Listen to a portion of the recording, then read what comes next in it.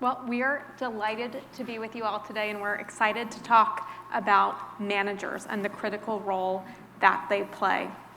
A bit of context, in your goodie bags, you have the book Power to the Middle on display between Katy and Bryan. Just as the title suggests, we believe deeply that managers hold the keys to the future of work, and we, all of us, need to put the power to the middle. We're going to share with you today some of the lessons from the book, and then we're also going to make it practical for you and your organizations, bringing in Katy's learnings as Chief People Officer at McKinsey to say, how can we harness the power of the middle? So let's jump in. Bryan, let's start with you. Tell us where the idea for Power to the Middle came from, and why are managers so important? Well, managers have always been important. I mean, this is not a piece of new news, but I think during the pandemic, what we recognized was the time and energy that managers need to spend on people that were undergoing a lot of stress, a lot of change to work, needed to be increased. And at the same time, we recognized that the skill of managers to work across a hybrid environment, make those connections, build in the team. It wasn't you could just kind of sit in a team room and have it naturally happen or manage by walking around. You needed to do it. So our co-author, Bill Shanager, I think Bill, I saw in the corner here. He is here. You will hear from him later. But Bill and I had a podcast, McKinsey Talks Talent, and we recognized this manager point was coming up. And so we did an episode called The Vanishing Middle Manager. And it really resonated with audiences in ways we didn't really expect. And in particular, some of the facts. You know, when you think about time and energy, there was a survey done in August 2020 that said 40% of all respondents, all workers, had no one check in on them personally to see how they're doing. 40%. And they were 40% more likely to be showing signs of distress, some sign of mental distress. So think about it. The manager should be that natural person to make connection, but they didn't have the time. And you think about the connectivity across groups that were happening, we're going down. So we put all of these together and had the observation, then we're like, wow, this is really resonating. How can we blow this out more fully, build it with some additional research, and that's how we came up with the book. Amazing. And Katy, let's make it real, right? What are you seeing in your role as Chief People Officer? Why are managers so critical? So I think our middle managers are our engagement managers.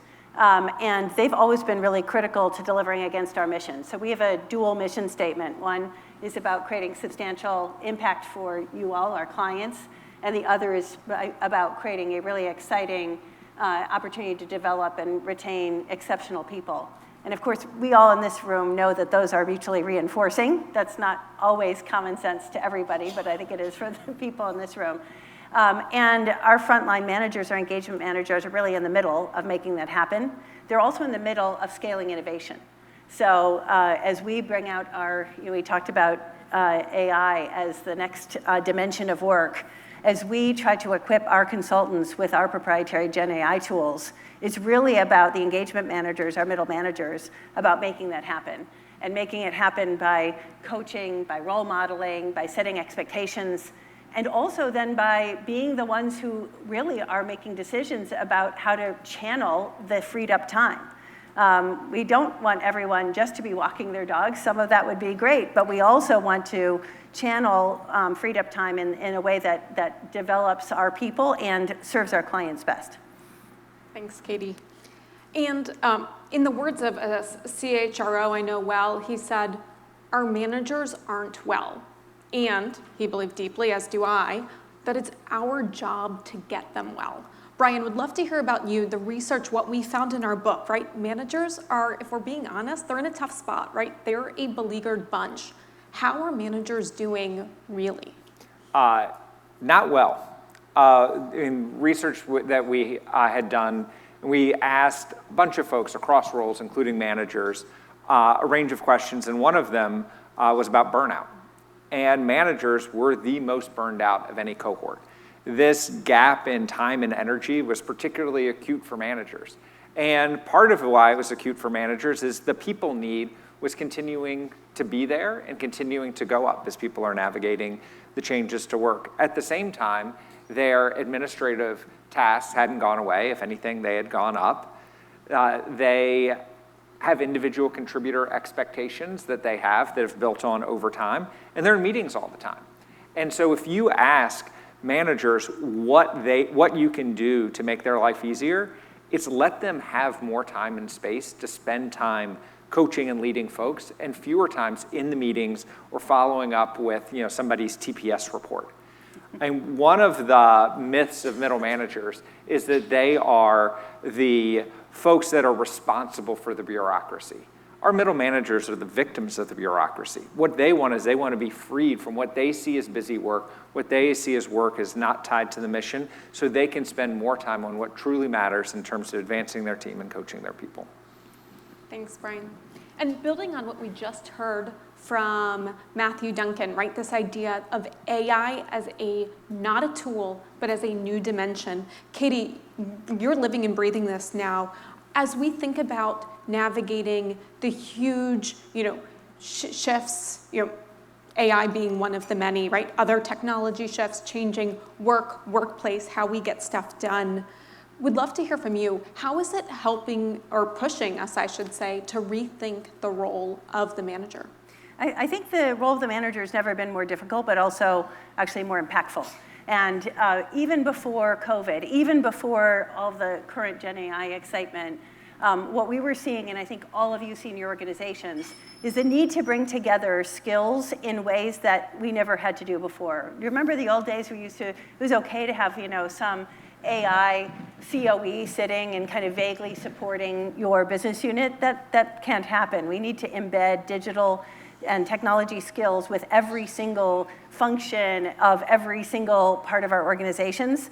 And so we're bringing together skills in a way that's new, which means we're bringing human beings together who have very different backgrounds, very different norms of how to work, as opposed to having kind of homogenous groups of employees working together.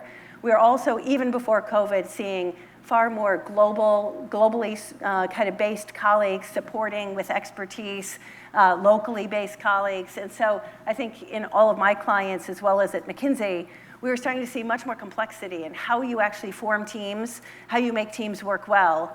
COVID added just a whole new dimension by when do you work virtually, when do you work together, how do you structure time together so that it really matters. And then GenAI adds another dimension entirely around how do you really take advantage of rapidly changing, really exciting new ways of working that can drive productivity and quality, et cetera. But do so, by the way, in a way that manages risk. So suddenly our frontline managers have to be risk managers in a much more sophisticated way than they ever were. What we've done at McKinsey is created something we call Way We Work, which is basically an operating system that codifies some of the things that were passed on generation by generation in the past, but modernizes it for our current teams. Alex Camp, who's sitting over there, actually leads Way We Work, if you want to talk to her about what we're doing. But we've codified a set of rituals, and then we've linked it to our people analytics team so that we can really look at how different teams are making choices and how that drives outcomes that we care about. Outcomes like client feedback, outcomes like retention, outcomes like quality and speed of apprenticeship and skill acquisition of our colleagues. And that's actually giving us a really interesting set of data to provide insight to our managers real time so that they can see how they can start evolving what they do. It also allows us to create more organizational learning. So for example, we've tested, do our teams that are co-located perform better than our teams that are purely virtual? And what we found, by the way, is that 50% for us is kind of a magic number. That teams that co-locate at least 50% of the time have higher retention, have better client feedback, have better apprenticeship. But after that, it's actually better to let them take advantage of flexibility because we don't see more co-location necessarily driving improved outcomes. And in fact, we see real benefit for our colleagues in their reporting about life-work balance and flexibility. So that's codifying and providing more systems for our frontline managers is something that we're doing and we realize we need to do even faster and something I think that other companies are starting to grapple with as well. Katy, you touch on something really important, which is this idea of to help our managers manage better, we have to support them, right? They want to do the right thing. They want to deliver. But oftentimes the system isn't set up to support them in that. And so Way We Work is a great example of how we support our managers. And also what we know is that leaders have to role model, right? Leaders have to show up fundamentally differently in order to be able to get that power to the middle. And so Bryan, I'd love to hear from you. What can we do? What does it look like in action to really support and empower our managers? Well, I think it falls into a few different ways of what we can do. One, we can make sure that our people leaders have the time and space to lead people. And so what that means is it may be a fundamental rethink of the role design of what a manager is to make sure that they have enough time and enough space to actually lead their folks. And so as we're thinking about productivity improvements that come from AI, that come from other sources, we may end up with, sure, managers have additional free time, but how do we redeploy that to make sure that they're really spending time there? Managers also want to be coached. And I think there's often what we had heard before was, hey, we need coaching, and it's more than just, congratulations, you're a middle manager, or you're a new manager, here is the new manager training, good luck. It requires more real-time coaching with the leaders of the managers, understanding, okay, how do leaders of leaders coach and work? How do we create, at a lower cost way, peer-based coaching networks so that managers are able to coach collectively? And there are a number of organizations out there thinking of this. Medley is one of many where you're actually saying, hey, can we get managers to talk to each other? Because really intensive manager-level coaching gets expensive quickly and may not be effective. So how do we connect there? And what I'm really excited about is AI tools for managers. I think AI tools and some of the generative AI tools can help free up the time and space. It can help you on your individual contributor work. It can help you with some of the administrative tasks, but it can also give you the superpowers of the whole organization in your hand. And so you no longer have to have a meeting to find that piece of information, you have it. And on the people domain, I like to think of it as you can have the power of the best of HR in your hand. Hey, how are labor trends evolving in my segment? Instead of going to HR, you can get that directly and then problem solve with HR what to do with it. Or I'm about to have a tricky conversation. How do I do that? Actually script it out, play it through. Actually, at our dinner table last night, we were talking with some organizations that already have that tool, that are using that to allow managers to experiment with the conversations they might have. So I'm excited that we're now shifting the conversation from how do we develop managers from a, hey, it's a one-time deal, to how do we think about developing managers continuously? How do we think about doing it more creatively, leveraging networks? And how do we leverage technology not to replace managers, but to give them superpowers so that they can lead better? Thanks, Bryan. And Katy, as you think about what organizations need to do to build manager capability, right? To Bryan's point, it's certainly not a one and done training, right? But also capability building new skills for managers is really important. Whether it's Team Leader Summit, which I'm sure you can share about, or others, how are we at McKinsey building the skills of managers? Well, certainly we invest a lot in learning programs, and we've had to really change the way we think about some of our learning. So, for example, McKinsey is a place, and many of you work in organizations, where on-the-job apprenticeship is a really critical part of the learning. It's not just about going to a program like this and hearing great things and taking that back. It's also about how is a manager teaching other people on the team how to do the work that they do, how real-time coaching. Well, all of that apprenticeship was something we just took for granted, and it disappeared overnight with COVID because all of it was in person and informal. So we now teach how to apprentice others in the work that you do. How are you intentional? How are you purposeful about really breaking down what you're doing, even if it's virtual, and creating the kind of interactions that allow other people to see your thought processes, to see how you structure things, to build scaffolding for others to actually be able to do those tasks well as well, and to learn from you. And that's just a whole new learning dimension. It's actually, I think, super cool. And to even be thinking about something that, again, I took for granted about how do you actually think more purposefully about what are the moments where I'm going to be teaching others. We also talk about how in the past, our apprenticeship was always, frankly, older, experienced person teaching the young ones, right? Come under my wing and I will teach you how the craft of consulting, the way we problem solve, the way we write documents. Well, I am in no way a good teacher for data scientists, software engineers, designers, functional experts that we bring in from industry. And all of you probably in your organizations, again, because we need the collision of different skills in a way that we never did before, we now have teams that where the senior person may not be the one who actually knows how to do everything and is teaching everyone else. So we've adopted kind of a slogan of everyone's a learner and everyone's a teacher every day, right? So how do I ensure that I have the curiosity and the learning flexibility to learn from some of the younger people and newer people on the team who can teach me about what they've brought to the table, even as they are learning from me. And that's a real mindset shift, and one that we're still working on. I wouldn't say that we have achieved that. But those are just two examples of how we've had to rethink the apprenticeship and learning model. And I think that there are probably a lot of parallels to most organizations.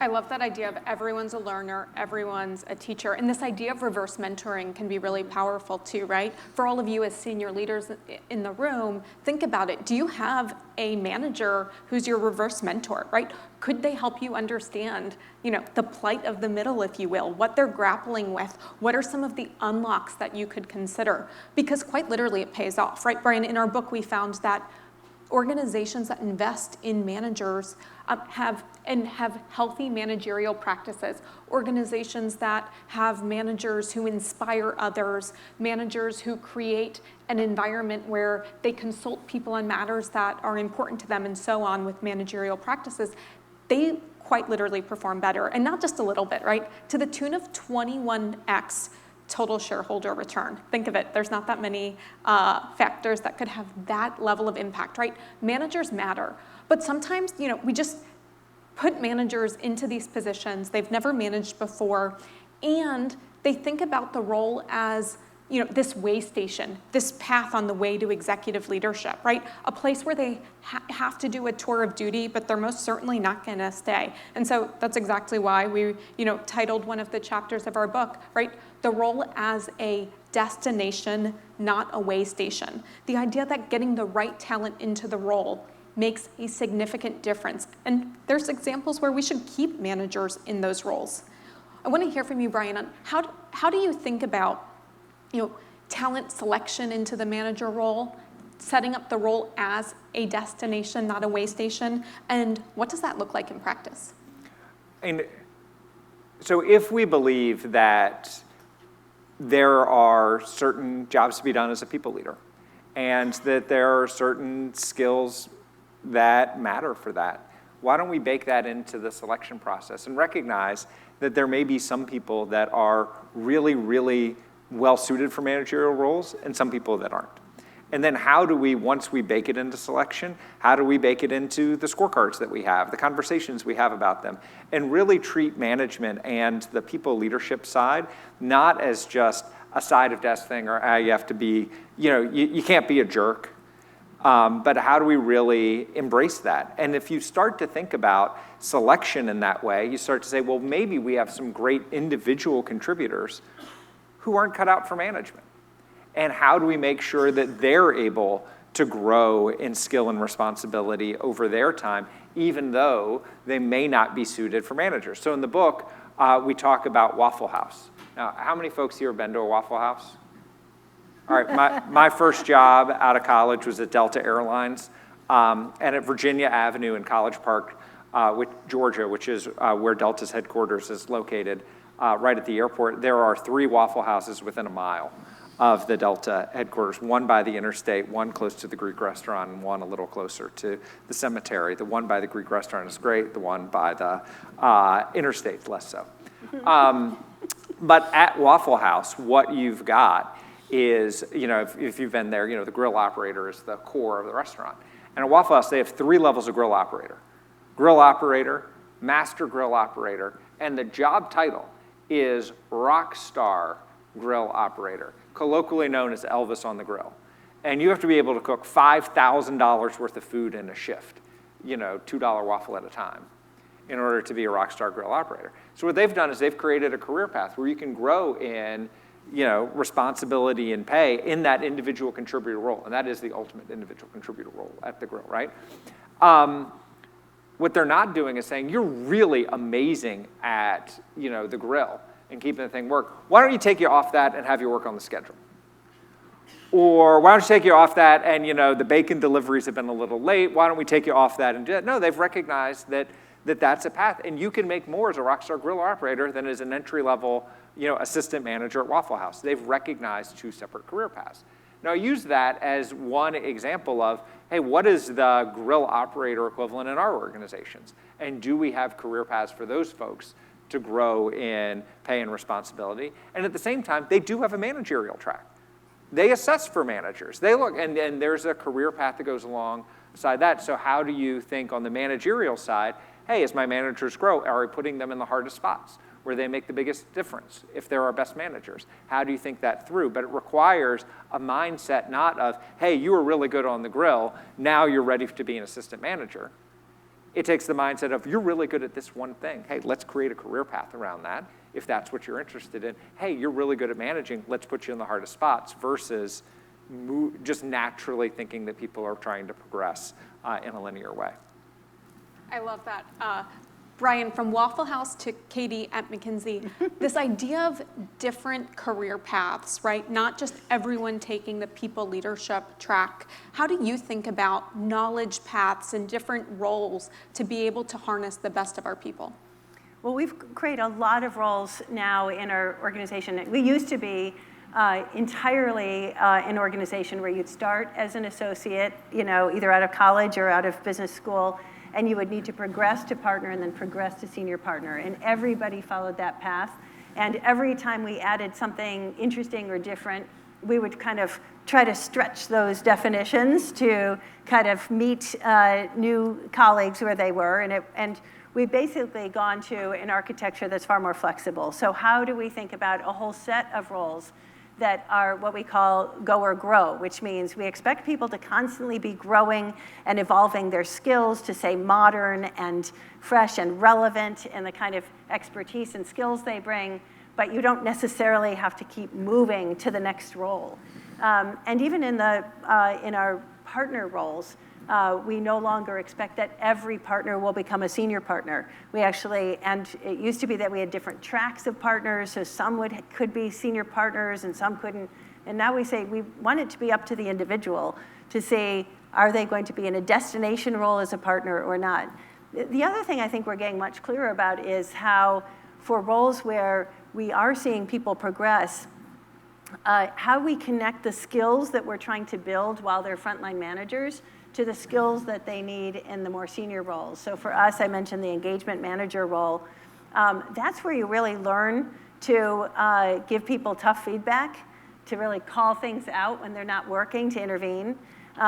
It's interesting, some of our colleagues right now, we're having a whole discussion about feedback and whether, if you give people bad feedback or tough feedback, I shouldn't say bad, tough feedback, will it somehow come back to haunt you? And we say, well, wait a minute, you want to be a CEO counselor. If you're not able to give your associate on the project tough feedback to help them grow and develop, even if it's not what they want to hear, how will you develop into the kind of client counselor that we expect you to be at a more senior level? So connecting and understanding these skills and these skill pathways is something that we're really focused on. So important, Katy. Let's open it up for a couple of questions from you all in the audience. What's on your mind? Hi, thank you very much. I run an engineering company here in town. One of the first Culturatis, I was intrigued. We've been doing the standard, fill out the form on how you feel about the company, how's your manager, give it to your admin, they'll send it to HR, put it in an Excel spreadsheet, no analytics, just average numbers. When I came to Culturati, I learned about this group here in town by the name of Workify. Had great employee engagement, data analytics. And to your point, I was shocked to see in our first pass of the Workify employee surveys where the centers of excellence were, and oftentimes they weren't in our most brilliant technical people in terms of management feedback. Right. And so, I sat in horror as you were recounting your experience as well, because I quickly realized that there are many people who are just fantastic technically individual contributors that we just have this mindset, well, they should just manage more people, and they just really are not suited for that. So thank you for that. Yeah, one of the things that I'm a huge believer in metrics, and I feel like this is an area that has just opened up, recently. And we used to do all these employee engagement surveys as well annually, right? And then we'd study them and figure out what have we learned from our annual survey. And we now have a weekly pulse. So every employee or every colleague at McKinsey gets an email from me every week saying, how are you? And sometimes we change up the questions, but mostly it's just, how are you? And it's amazing how many people respond in a very psychologically safe way, and how many commentary they give us. And we're very careful not to become kind of big brother, but we can link that to the teams they're on and who they're working with, and use that in ways to create intervention. And I think we're just at the beginning of that kind of this notion of real-time metrics and data that allows us to help develop people and develop managers and help reward and celebrate managers better. We have time for one more question.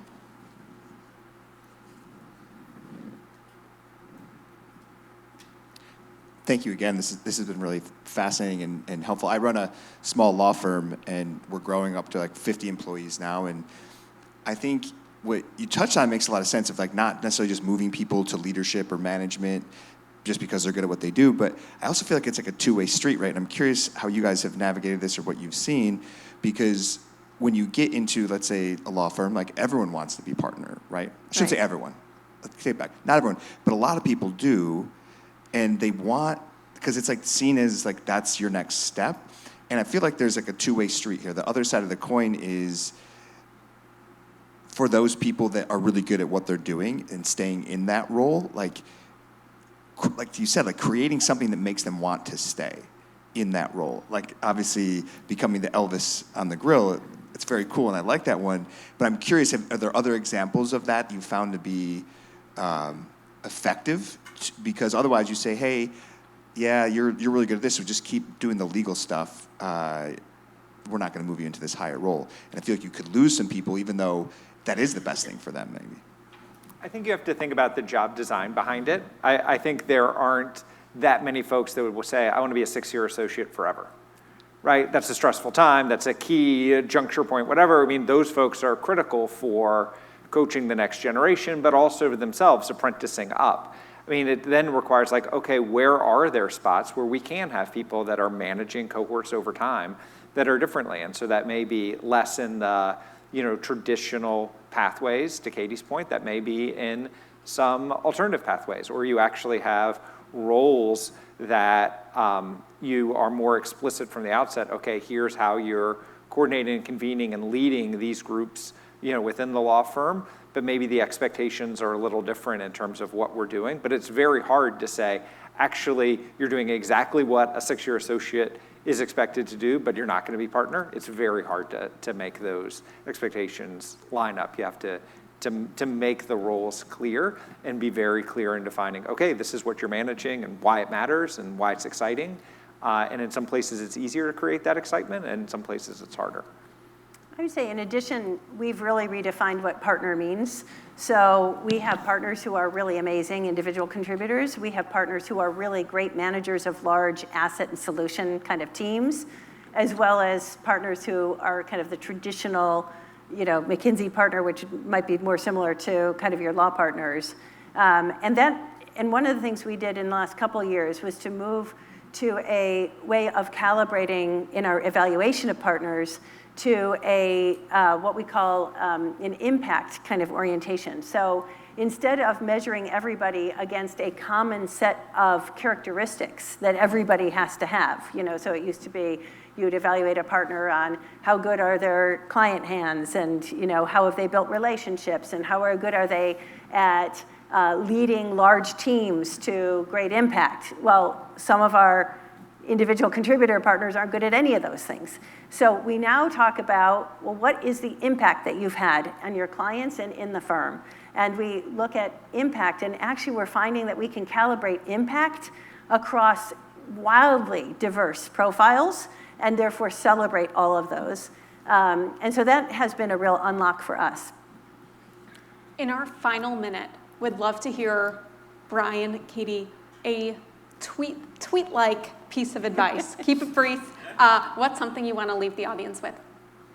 I think for me, think about the one tactical thing tomorrow you can do to give your managers more time and energy. What's the one report, the one travel approval that they have to do they really shouldn't need to do? What's the one thing that you can do to give your managers tomorrow a bit more time? And I would say to lean into data and insights. We've been terrible about having no real measures of productivity for most knowledge workers, right? And we've been pretty lax about not really understanding who are good people leaders. And so if you can create a balanced set of data to give insight that can really help your managers as well as help you as an organization build great managers for the future. Thank you, Katy. Thank you, Bryan. My last piece of advice for us is check in on your managers, right? Ask them, how are they doing? And not the cursory, hey, how are you? But how are you doing really? We know it pays off.